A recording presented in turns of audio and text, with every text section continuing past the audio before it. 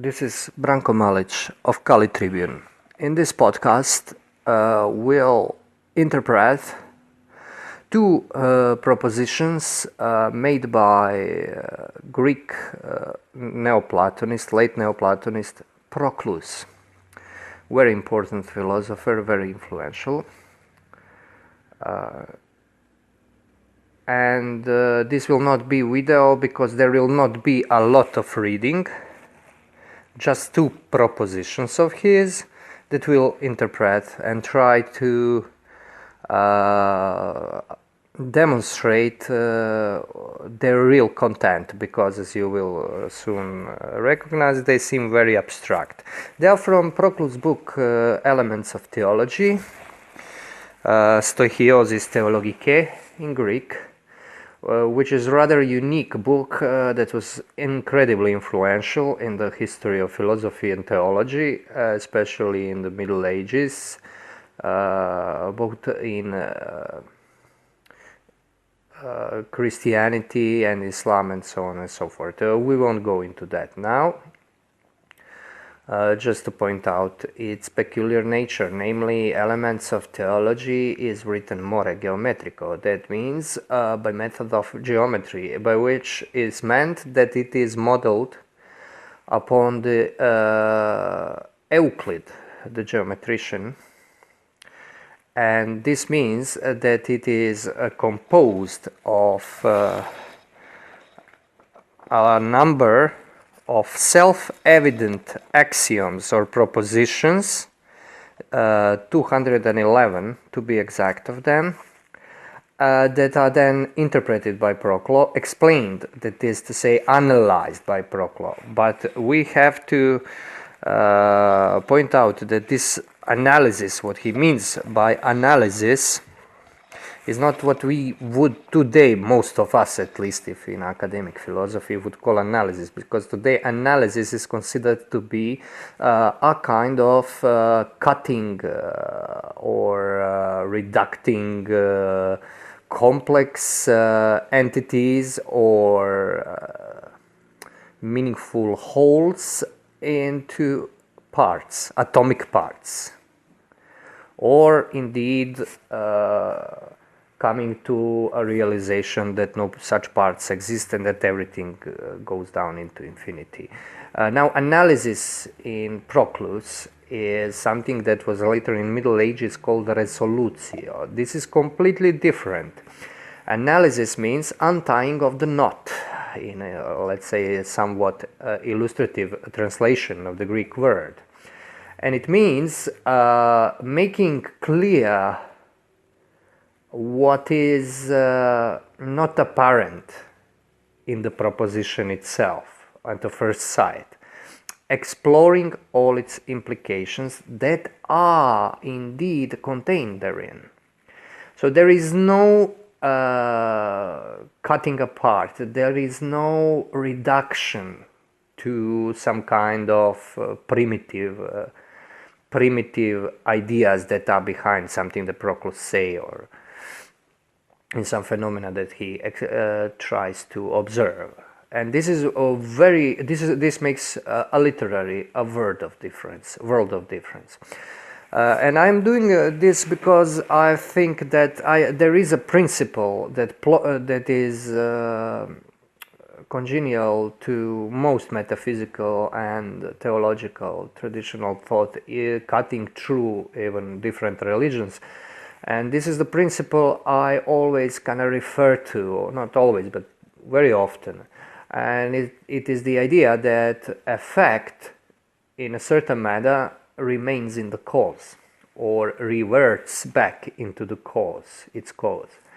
And sometimes in academia this is called Proclus rule, not because Proclus invented it, he never invented anything, and he was very proud of not inventing anything original, because for him originality was closeness to origin, not his personal invention. This is a completely different world than than ours, where this idea, or than modern world, better to say, because one of the hallmarks of modernity is this uniqueness of author and so on and so forth, that is kind of dissolved in postmodernity.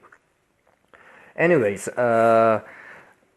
he gives us very good explication of this rule in the most abstract of manners, because more geometrico is the most abstract method in the sense that it takes the very grammar of theology into consideration, without going into illustration, without going much into anything than to demonstrate the bones of theology, the anatomy, the structure of theological thinking. And in a lot of things, I think Proclus gets things right, because it is in some areas, it is in fact impossible to be wrong if you persevere in all logical implications. And now I'll try to put the meat on those bones and explain maybe in an illustrative manner what this rule means in our lives. And I will start with Proclus proposition 15 from Elements of Theology, where he says, everything that is capable of reverting into itself is incorporeal. This is one of those 211 propositions. So everything that is capable of reverting or reflecting into itself is incorporeal. And now he gives you an explanation, like a corollary to an axiom. And I won't read it, it's very abstract. I will rephrase it. Namely, if we have a situation where body reverts in itself, how does it look like? It would mean that with all parts of it, it would have to somehow leave itself and then again return to itself. That is, it would have to become different from itself and then again identical with itself. It would mean, to illustrate, that it could be broken apart by the grenade and then stitched up back together, if we are talking about human body. There is no way you can conceive of this, but in this manner. And now, one might say or put an objection that, well, how is it possible that anything proceeds out of itself? Isn't this logically impossible? Because we have this identity, and then this identity, in the midst of this identity, when something is identical with itself, which is one of the three main logical principles, all of a sudden, it is in the midst of this identity there is a difference. It somehow proceeds out. Well, I will then point out this. We all use expressions as, for instance, I lost myself, or some version of this expression. I returned to myself after a long time. I reaffirmed myself, or I reverted to, let's say, my original positions. How are those phenomena possible? Or better to say, what are those phenomena? Because not only are they possible, it is futile to ask in this way. This is kind of transcendental questioning in the style of Immanuel Kant, when you ask about necessary conditions of possibility of something. To be outside oneself, to lose oneself, is not only possible, it is very real. And this is something about which everybody reflecting reflecting, reverting into human condition, will agree. Although there are a lot of philosophers or scientists that deal with epistemology, especially from this Austro-British analytical philosophy, that would consider this impossible, that is to say, meaningless. You can talk about this because this refers to nonsensical or tautological or contradictory logical statements. Well, be that as it may, this is the state of facts. This is something that is happening. So how can we lose ourselves and find ourselves, to sum it up? Well, simply because in some sense we are not material, because this is impossible for material. That is to say, for soma, body. Body cannot do this. Body is not pure materiality in Proclus. Let us make this clear. But it is the aspect of materiality is what makes it individuated, what makes it a body. And this a body cannot reflect into itself. In order to be able to revert into oneself, you have to be immaterial to an extent that you revert. And this reversion is something that happens in thinking, in reflection, and I would posit maybe that very good example of this is reflection in any sense of the word, where you make mental acts of remembering and so forth, so on and so forth. You are dealing with materially based psychical phenomena, but the action itself is not material. I think that modern psychology, neurology, or this what I call brain science, will, if it didn't already have done this, will eventually get itself into position of quantum mechanics in physics, where you have some macro phenomena that you can observe and describe, whereas you have micro phenomena that you cannot observe and describe, only imagine them in the mathematical space or something like that, thereby saying at the same time that they are and they are not, saying that the proper object of your science in concurrence with the given method of that science is that it cannot be known. That is that the final aim of that science is unknowing. I wouldn't be surprised at all. This is because they are looking, of course, in the wrong way, because psychology deals with what is essentially immaterial. Psychology in the original sense. And so this reversion is primarily in Proclus a principle of creation, although in his Neoplatonic mind it's more like to be understood as an emanation than creation. That is, manifestation of deity, not his creative act, although these positions are not as reconcilable as they may seem, but this is not important for our purpose here. What is important is to point out the simplicity and self-evidence of this. This is really a self-evident thing.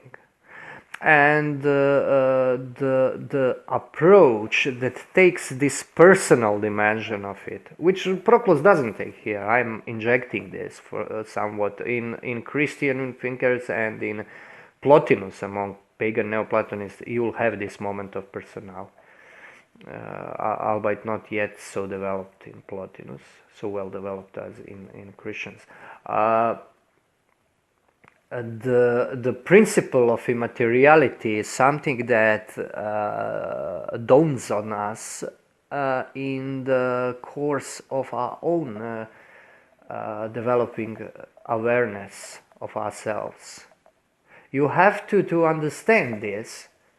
In a sense, you have to observe yourself, but observe yourself in the midst of everything that comes with this principle, and this means that you are not isolated from that which caused you to be, because very immateriality points you from outside of the confines of physically observable. And it is interesting to know that our lives, what is most important in us, is not physically observable. One of the things that is very much a psychological, let's say, rule, not really principle, because principle is something like these Proclus propositions that you cannot conceive to be otherwise. A rule is something that is based on this. Is, for instance, the fact that every grown-up male, realizes after some time, and this is the fact that he is inescapably like his father. I would posit that this psychological realization, this personal realization, marks the end of the adolescence, of quasi-adulthood, and puts very real confines on where you go in your life and to what extent, because in a way this likeness, which is not absolute and which is not a complete impediment on freedom, this likeness always reverts you back to your father in a very deep sense. From people who are not aware of this and who want to negate this, or usually very hysterically even, are those that are most in the greatest, to a greatest extent, in fact, just copying their father's acts. This is very often, whereas those who are aware of this gradually go further, can go a step further. And about a reason why I point this out is that it tells us something about this causality and this principle of conservation, let's call it, of effect in the cause. That is a non-discrepancy between effect and the cause, in a sense. Because the causality, the cause that brings this phenomena about is likeness. I am like my father because of likeness. Likeness is not here because I enact it. It is before my action. Well, this is of course not an instant of a metaphysical causality, because this is to a large extent a bodily causality, but body in a pretty much in a sense where it connects with what is not body, where it is inescapably united with what is not body, where you cannot think about it without looking at it as it is encompassed by soul, in which it is formed and enacted. And you can talk about genes, of course, or the imitation, because I think that imitating parents and conscious imitation of parents' acts is rather important and more important than genes. I'm hardly an expert, but I'm talking about from my own insights into this difficult life of us humans, especially family life, where all begins and everything ends. This is the likeness that is, let's call it, something that we can observe with certain amount of psychological courage and maturity, whereas Proclus speaks of this causality in its most perfect sense, from which this earthly causality is just an echo, is just an image of this paradigmatic causality. But just to give you a feel for the depth of it, because when you talk about this in abstract terms, as Proclus does, or Aquinas, or whoever who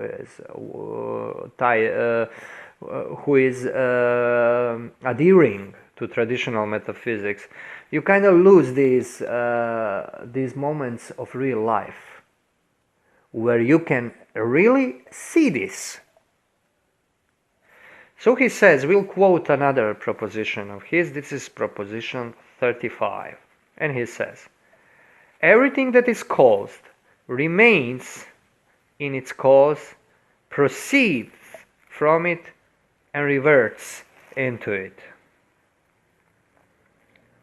So, once more, everything that is caused remains in its cause, proceeds from it, and reverts into it. So you have three moments that, in fact, reflect an identity, a unity that is, in fact, complete and wholesome, yet it is differentiated in itself. It is free from being petrified. And this is the so-called Proclus rule, and this is, not, of course, as I already said, not something that he made up or discovered, quote unquote, but something that is self-evident for the intellect contemplating principles. And now we have a little bit of empirical ground to illustrate, because this is what empiricist principles, experience serves in metaphysics, to illustrate mainly what is this rule. So, if my father would be incorporeal, which would mean that he has absolute power over his body, that his body, he doesn't have body, not because he's depraved of body, but because he doesn't need it. And in this kind of thinking, this means that if he would wish to project the body from the spirit, from the immaterial powers of his intellect, he would be able to do so. And this, you have this in Christian angelology, where angels are, at least some of the angels, are understood as capable of appearing to men in the body, in some kind of bodily expression, but they are completely free about this. They are not confined to body, which is something that is confined to natural beings, and the highest of them human being.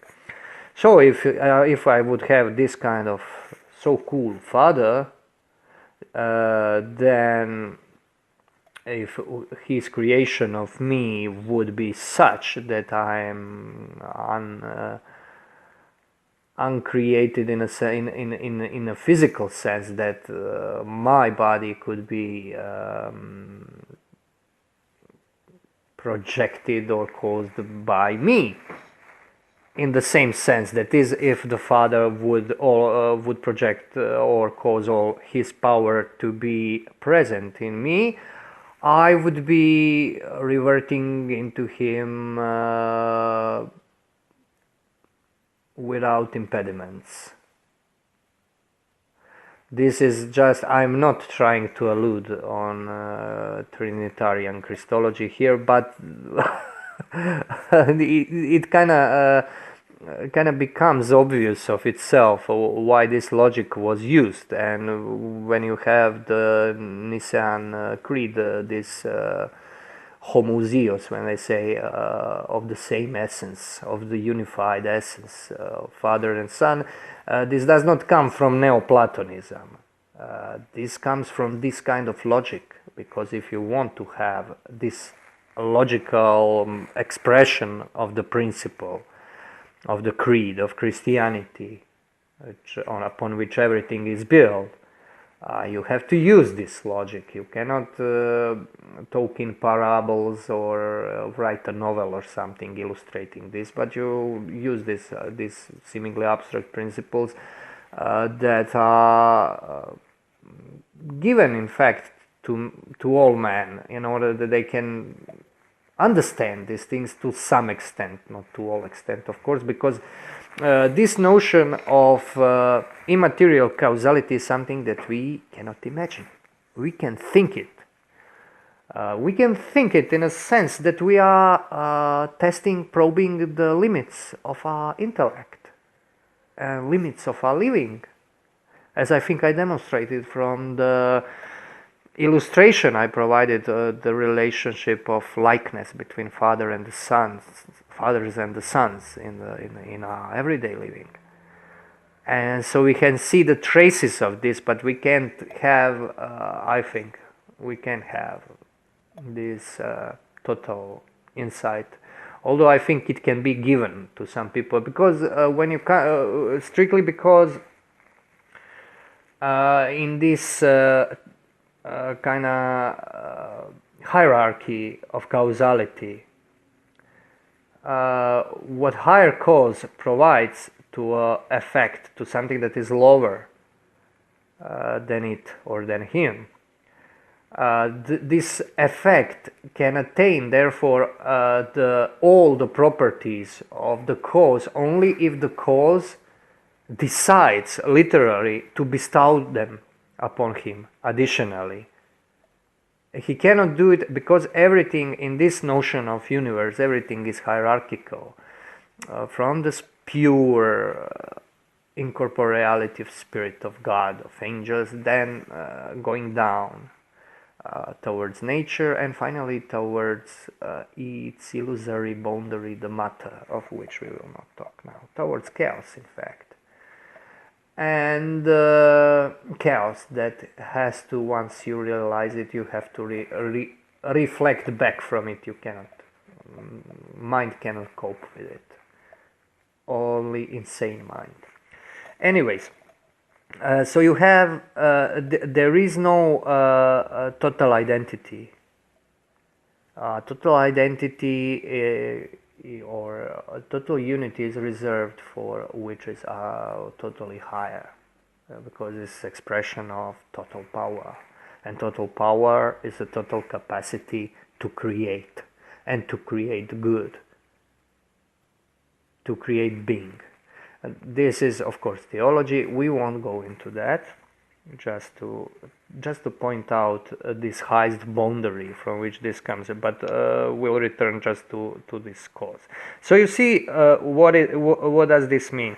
You can indeed understand causality like this, that there is this necessary moment of always never being really detached from what created you, and always to be on the return to it.